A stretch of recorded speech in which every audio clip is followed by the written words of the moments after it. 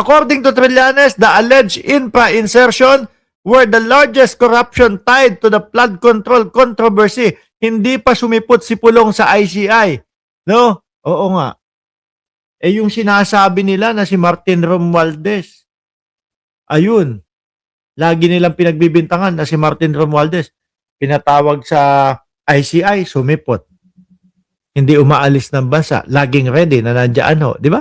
Oh, hindi pa sumipot si Pulong sa ICI, kaya halatang may tinatago. Kaya nananawagan ako sa ICI, kaya lang hindi kinaya nung mga nandoon sa ICI eh. Nagsialis ng isa-isa eh. Siguro dahil malalaking mga tao yung iniimbestigahan nila. Ano? O biruin mo nga yan.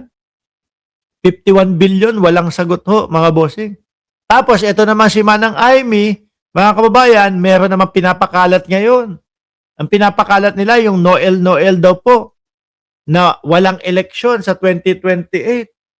Diyos ko po.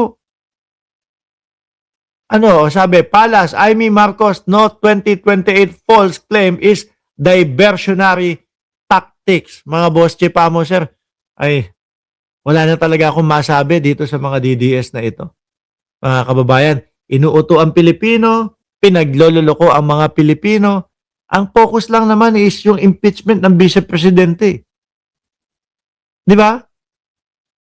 Ngayon sila, merong no election pa. Walang ganon sa Pangulong Bongbong Marcos, mga boss chipamo, sir. Si Pangulo, pagkatapos ng kanyang termino, ang papalit dyan, susunod dyan, si Leni Robredo. Oo, hindi. Kasi mga kababayan, ha, madami po, o hindi pa ganun karami, no? Pero marami na din yung sumisigaw na tumakbo si Leni Robredo at ang maging kapartner nga daw po, Bongbong Marcos sa pagka-vice presidente. Nako, pagkayan dalawa po ang nagtambal, mga boss chipamo, sir. Yung sinasabi na DDS, kung si Sara man ay makatakbo sa 2028 at Robin Padilla o Aimee Marcos or kung sino man ang magiging katambal, ilalampaso po iyon. Ilalampaso iyon, mga kababayan. Simple lang naman po eh, no? Tsaka para ano, yung no election.